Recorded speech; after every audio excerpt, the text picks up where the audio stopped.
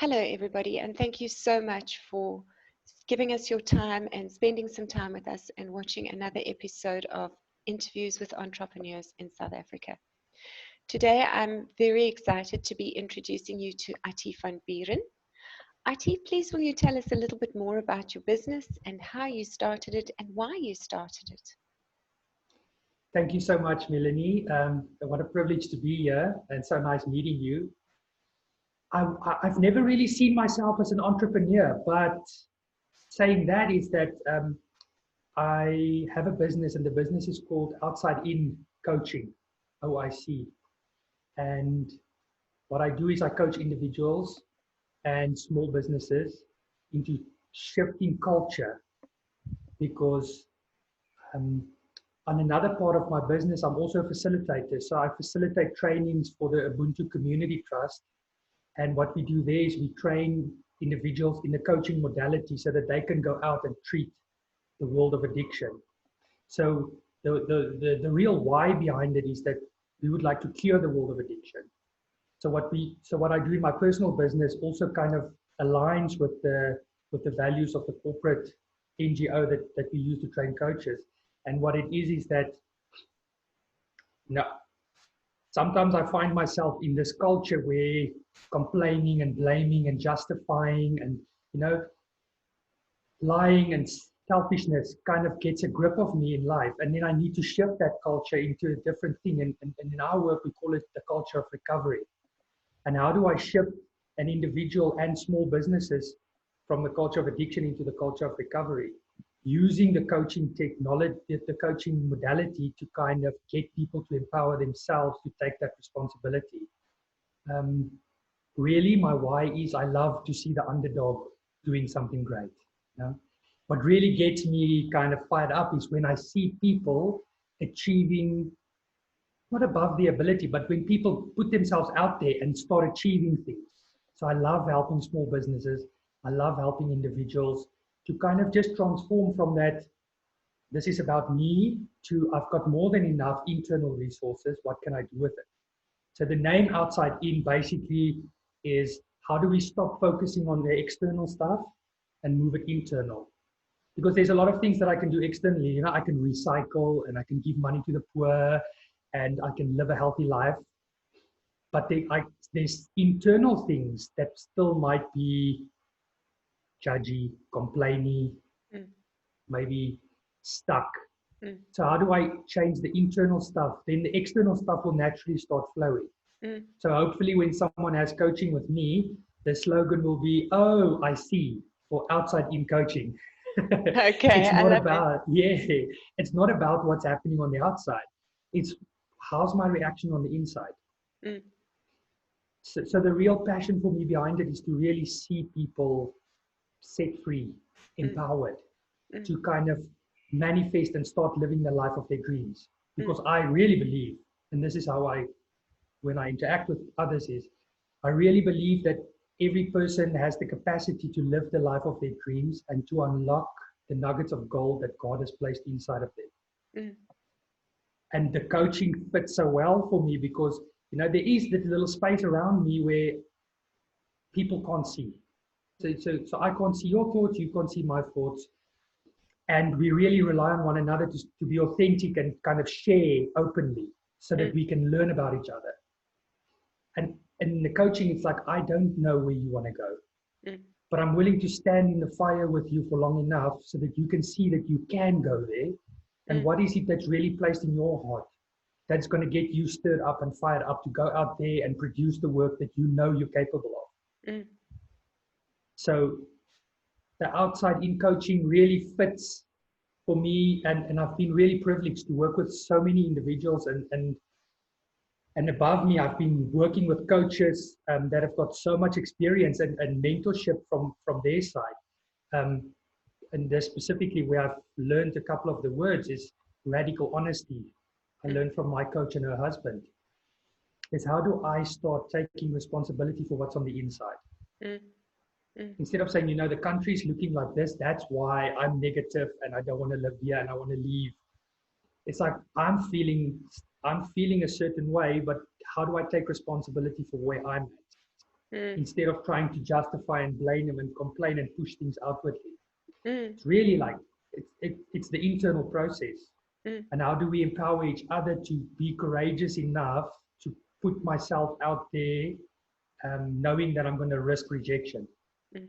If I tell everyone about my unorthodox way of the way that I do things, will my community say, "Ooh, you know, you're not allowed to do it that way because that's not the way we do it"? And will I be accepted? And I think all entrepreneurs struggle with that.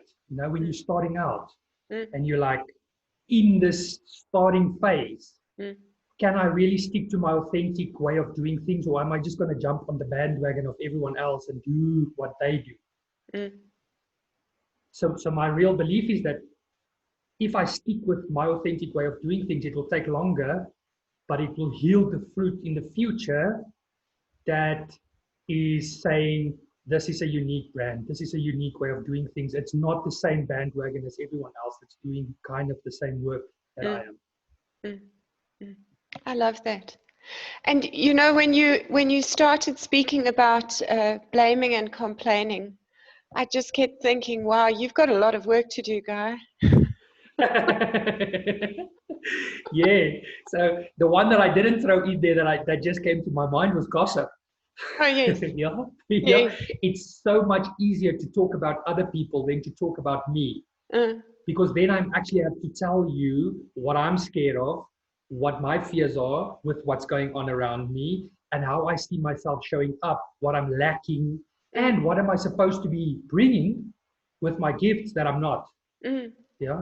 So it's like really, it's much easier to just tell you about everyone else that I meet and how their juicy stories can spark the conversation between a lot of people. So it's kind of like the first part of the job is to, when I talk to people, is to kind of lean them in the direction that, you know, there might be something off, and that there is a solution if we start looking the other way. So what's also very interesting for me was the person who referred you to me mentioned that you work with addiction. So Yes. I was waiting for you to talk about drugs and alcohol. And the first thing that you came out with was blaming and complaining and gossip. So for me, I find that very, very fascinating. Yeah. So luckily for me, in this time that I've slotted into this line of work, is that there's been so much research done from the 1930s up to now that it's kind of in our world, it's kind of common knowledge now that the drugs and the alcohol is a symptom of what's the root cause. And so for instance, me as someone that struggled with substance abuse, I had an inability to process or recognize my emotions. And it was easier for me to kind of numb those things with, say, substances or alcohol. And the manifestation of that, the behavior that manifests, is complaining, blaming, justifying, manipulating, lying, and the gossiping, and the list goes on. And all of it is basically, let me just take the attention off of me internally and put it outside of me, and then I kind of have like a distance from it. So it's more about the disconnection that I have with myself and the inability to look at where I'm really at than the drugs and the alcohol. If it was just the drugs and the alcohol, then people would go to get support at a hospital, they'd stop drinking and using, and then everything will be solved. But this is the realization that as soon as somebody puts down their solution to whatever their problem is, which is, it's not a great solution, but alcohol works, until such a time that it doesn't work. And then when I put down the alcohol, the first thing that comes to mind is like, there's a lot of stuff that I've been avoiding for a very long time. And now, how do I cope with that while not being able to have my best friend alcohol with me? It must all come crashing in at that point in time. Exactly. Yeah. But then that's the real gift. Yeah. The real gift of addiction is the ability to look inwardly and self-reflect, and then make that positive change that will catapult me into the into line with my purpose that I actually wanted to live my whole life, that I didn't actually have the courage to take a look at. I'm now pushed into a corner and said, okay, let's look at that. And I'm not saying that's what's happening globally in the treatment community, but that's where we come from in our unique approach to this. It's like, let's love someone fiercely and show them and empower them that they are more than capable and well enough to find the life of their dreams, no matter what happened. Wow, that's profound. That's profound. I love the way you framed it also, that addiction is a gift. You know, so many people would frame it that it's a curse. And it's very meaningful to hear it in those words. Yeah. So the kind of a rough, so everybody have their opinion, you know, because most families have one or more individuals that struggle with substance abuse. And for me, the kind of, let's just make it basic. Yeah. The description of addiction is, it is something that depletes resources and breaks relationships. So until such a time that I wake up to that fact, then I can start changing it. But then my work is not to fix the problems that has happened. My work now becomes, how do I rebuild my resources and the relationships that's in my life? And evidently, the counterfeit is that I now want to find a better job or make more money or give back to society or build relationships with my loved ones. And then I forget myself again, which is the exact same thing I did while I was in addiction. It's just now not using. The idea is that that an individual will find a courage to start rebuilding the internal resources and the internal connection with self. And from that, other relationship will naturally become healthy. So it's the same thing. It's a different side of the coin. Is when I start coming out of this thing, hopefully I find a way to believe in myself so that I can build internal resources. Now, what do you say to families if they've got that one person in the family, but who's kind of been a career addict for 30 or 40 years? So this is the difficult part. I want to kind of make a joke to kind of break the seriousness that I feel in my heart. But this is the thing is that there's a problem with the family system. If there wasn't a problem with the family system, one person wouldn't have gone to substance. And now it's not blaming. Now I'm trying to get my words carefully here. It's not blaming. It's not saying your family did something wrong and that's why your family is in it. It's like something is there between the connection of the family system that needs to be looked at. And generally, the idea is that let's label the person that's called the addict. Let's label them, send them off to heal themselves so that they can come back and then everything will be fine. And that's the common problem, is that everything's not fine. And it's a family, society, global thing, right? That if we can't work together on this, then it's not going to be solved. There's no way forward, because the solution is to stop worrying and fixing the problem, but start focusing on the disconnection and how do we reconnect as a family, and how do we allow individuals in the family setup to reconnect with themselves. So it's actually something that the family as a whole needs to go into introspection and say, what is my role in this system? There we go.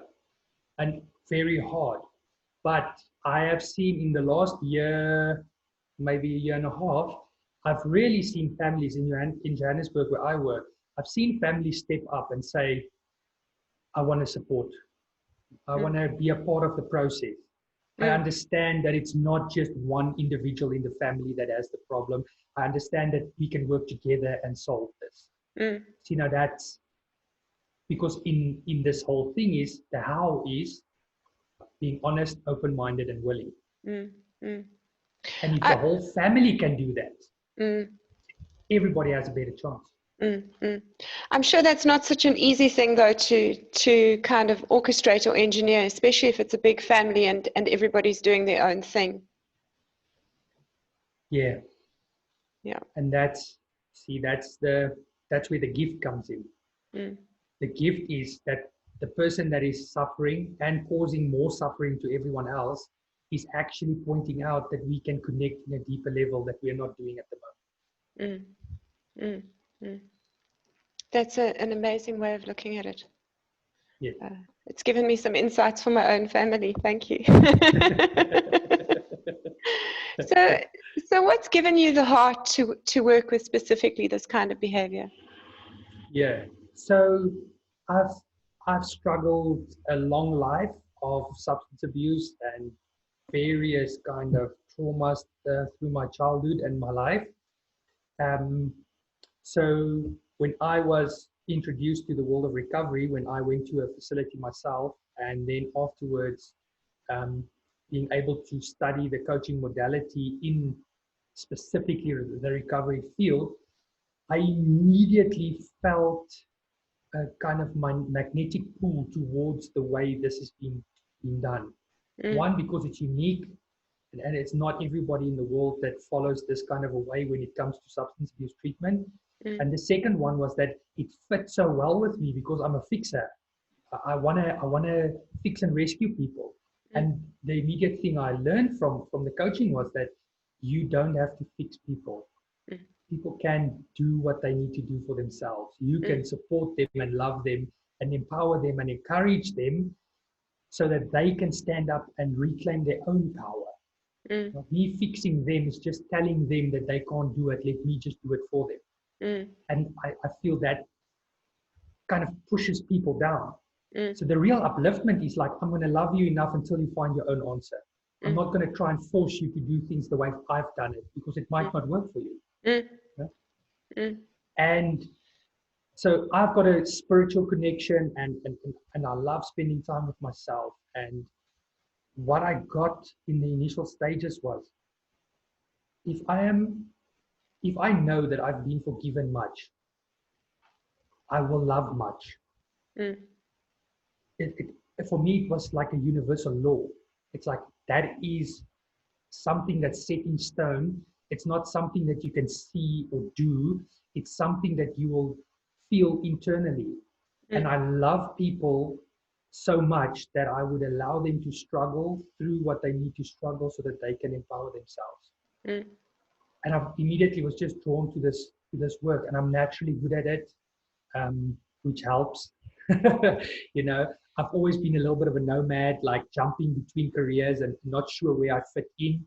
And I really felt like I belong in this work. I really feel like I add value, and that the way that I do things is kind of unique and unorthodox. But I feel like this is me, you know? That's wonderful. An entrepreneur who's being his authentic self. That's awesome. Now, you've mentioned the word unique more than once. So how does your methodology differ from kind of the standard methods that other people are using? So, you know, when we're going to specifically speak about addiction, when somebody is treated with addiction, they're seen as ill. You're ill and you need to get well. So it's classified in the DSM-5 as a mental illness, substance misuse or substance abuse. And the way that we do it is you're well. You know? And I literally see my clients as being well and able and capable of doing what they need to do for themselves to get on the way, whichever way that is that they choose. And sometimes my clients will choose things that go against my personal values. But it's not to say that I'm backing off of my personal beliefs. It's like, I'm going to allow you to choose and empower yourself to do and live the life that you want to, and start taking radical responsibility for what is in your life. And that becomes the tricky part, because people sometimes, and I, choose things that are unhealthy for me. Mm.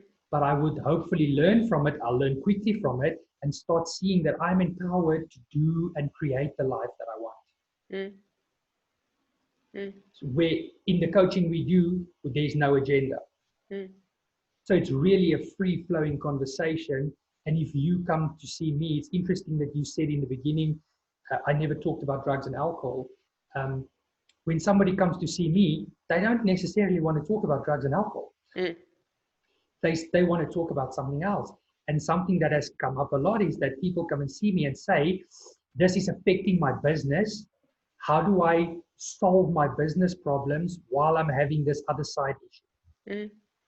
So it's not just that it's this one-track minded thing. Let's solve this one problem. It's like I want to create a holistic life that I want to wake up to in the mornings. Mm. How do I do that? Mm. Mm. What great insights! Thank you. And what are the challenges of most business people who come and see you?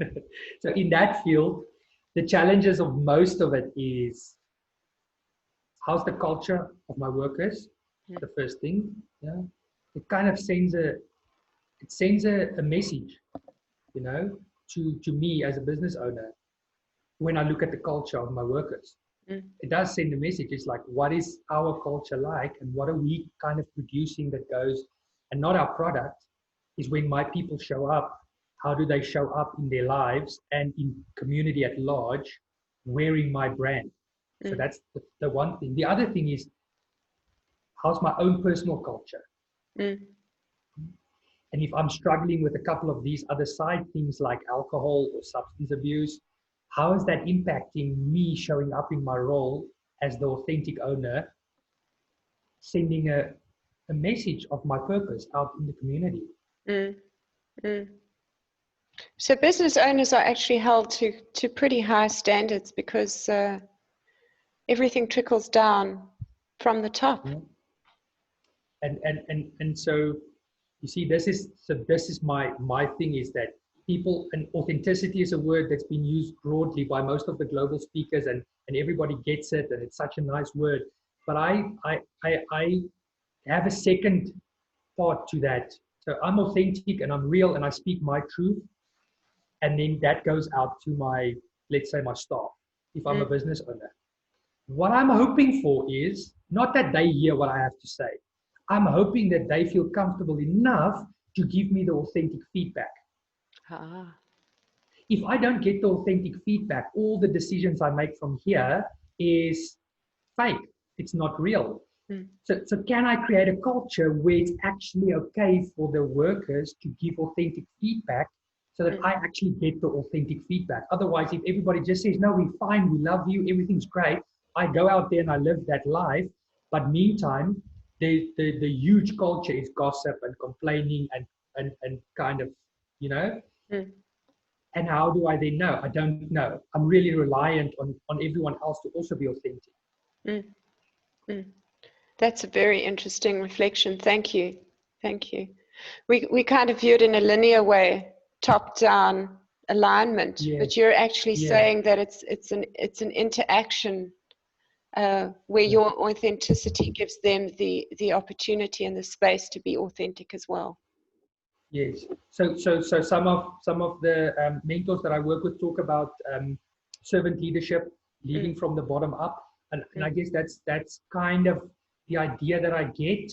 Is like, I'm a servant leader, but am I relevant enough, and am I at the same level as my staff that they can actually relate with me and feel courageous enough to give me the honest feedback? Then we can grow rapidly, quicker.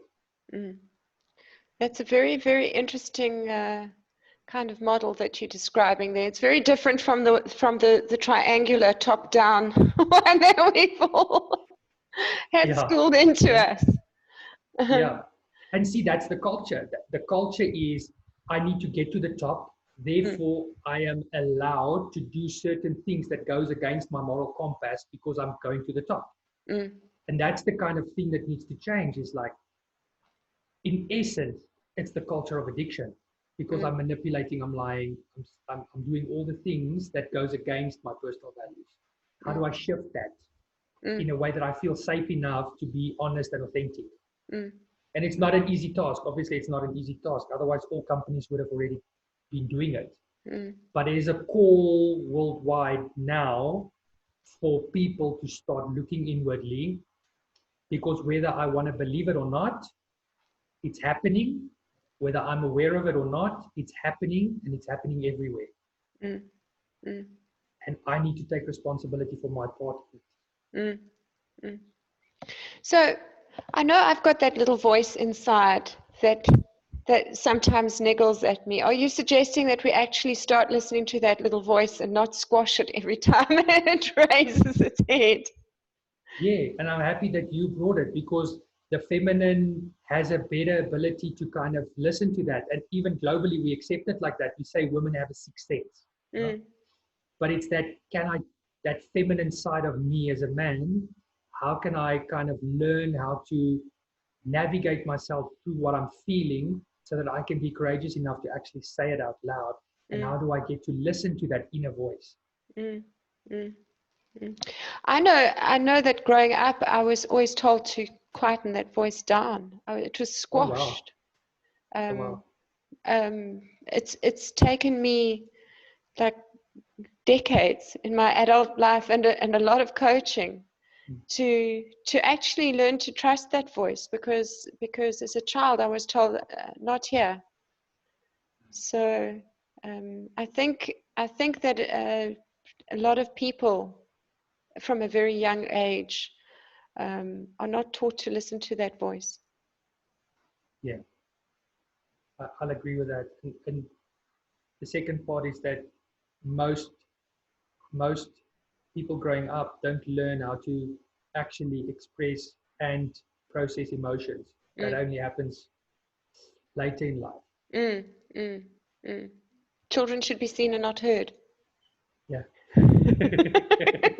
I always think it's just my culture, the Afrikaans culture, but as I interact with various kind of people, it seems like it's all cultures. Yes. Yes. And then we wonder why adults struggle to find their voice, hey? Yeah, and this is the big struggle, is that, say, for instance, for me, coming into that forced change when going into treatment was like, I had to admit that I was a 34-year-old with the emotional capacity of a 15-year-old and the spiritual ability of a 2-year-old. So, and then the humility to actually stand there and then say, okay, I need support. Somebody needs to help me because I don't have any of these skills. I love that you speak from experience. That is also very helpful. You're not talking at people. You're saying, I've done this. This is how I did it. Let me show you how. Yeah, and this is so this is the thing that on hindsight, I've reflecting back on my life and seeing patches of it and realizing, oh, so that's what actually happened there. So one of the big things that have revolutionized my life is the Audible app. Some part of my primary school career, I really didn't like reading, so I just skipped over it. And as the years progressed, obviously not being able to read properly was a big block, but I never told anyone. So it was just, I all of a sudden started performing less. And being able to now take a book from whatever field and listen to it, I recall everything. I kind of am engaged. So now it's like I'm reading through my ears and not my eyes, which is awesome, which is awesome. Because previously I thought that, I'm just stuck. I need to, and this is where my personal relationship skills were heightened, because I would speak to people and listen intently to what they know and their knowledge, and that's how I would retain knowledge. I wouldn't be able to go and study it and get it. But if I spoke to you and you tell me all about what you do, and you take the time to show me what you do, then then I've got it for life. So learning from experienced elders is, I think, what's lacking. I have a pocket in my life. I was farming, and for 6 months, I was working with the farm owner every single day from 5 o'clock in the morning. He showed me everything he knows, And within 6 months, I've built up the most amazing knowledge about farming that I would never be able to get, ever. And maybe there's a calling for that again. How do leaders and mentors actually get others to work with them and not just sit in our session and tell you exactly what I know? How do we experience something together? Immersive learning. Yeah. I'm very much an immersive learner, and I find that I need to repeat things. Take a course 5 times, and then then I've got it. Learning through repetition. Yes. I think we sometimes too much in a hurry to get the certificate. I want people to actually think that I'm qualified. I still feel like a beginner at so many things. Yeah. So one of my very first things that blew me over was my coach asked me, how do you know you're doing a good job? And I was like, nobody has ever asked me that question. And the obvious answer came, but I didn't want to say it out loud because it sounded ridiculous. It's like I'm waiting for someone to tell me, well done, you did a good job. There was no internal connection to like, what is my passion? Am I putting my best work here? And can I self-reflect and say, okay, Attie, you've done it. And that was a kind of awakening. It's like, wow, how externally focused am I? And how do I get to look at my internal resources to go, I kind of just ran through this thing. I didn't actually even focus on it, but it's done and I'm going to send it out, which is authentic versus, I've taken my time, I've done the best that I can, and I'm sending it out because it's just for me. And I can't tell you how much that one single thing of self-reflection has improved me as a person and the way that I can show up with others.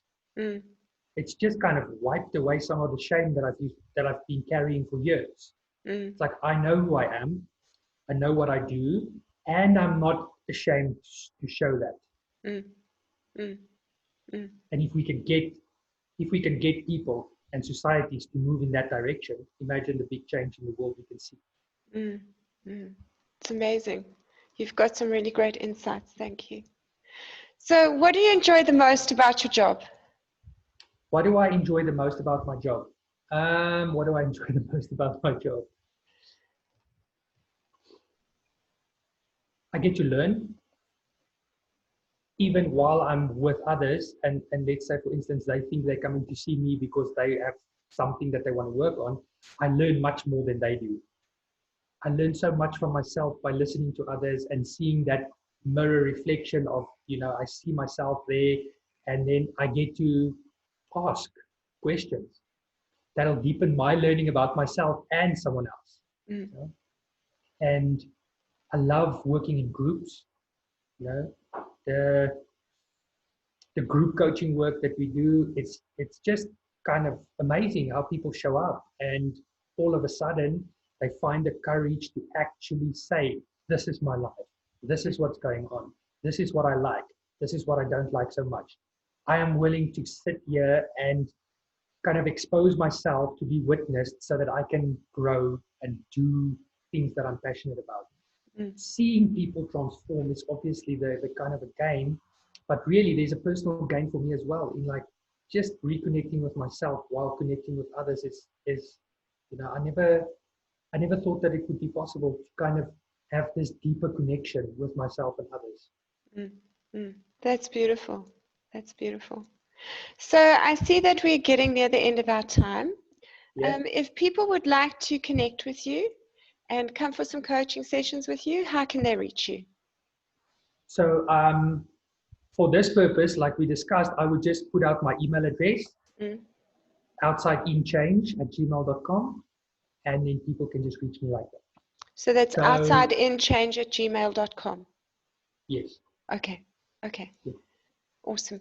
And Attie will be launching a landing page in the next week or so that I will also be adding to the comments in this video as soon as it's up and running. So, Attie, do you have any parting words for an addicted world out there? Yeah. You know, I've faced with something. A while back, I was asked to speak at a conference, and I was going to speak about addiction and recovery. And then when I was preparing, I really felt this kind of a thing is that this thing has been presented to us. You know, if you see something, you can't unsee it. So this thing there's a real culture of addiction as we look at the world, where there's a lot of gossip and complaining and blaming and justifying. So that's there. There's no need to debate it. It's there. Now the decision is ours. Do we see it as a gift or do we see it as a curse? If I see it as a curse, then it's like that whole hamster wheel. I wish it wasn't here. Why do I need to sit with this? You know, why my family? Why this? If I see it as a blessing, it's more challenging because now I'm going to really have to go and look there. Where's the blessing? But it's my choice. So if everybody can start seeing it as a blessing or saying, I'm willing to have a look at where's the blessing here. That'll kind of spark a big change. I love that. I love that. Let's hope that this conversation begins to spark some of that change into the world today.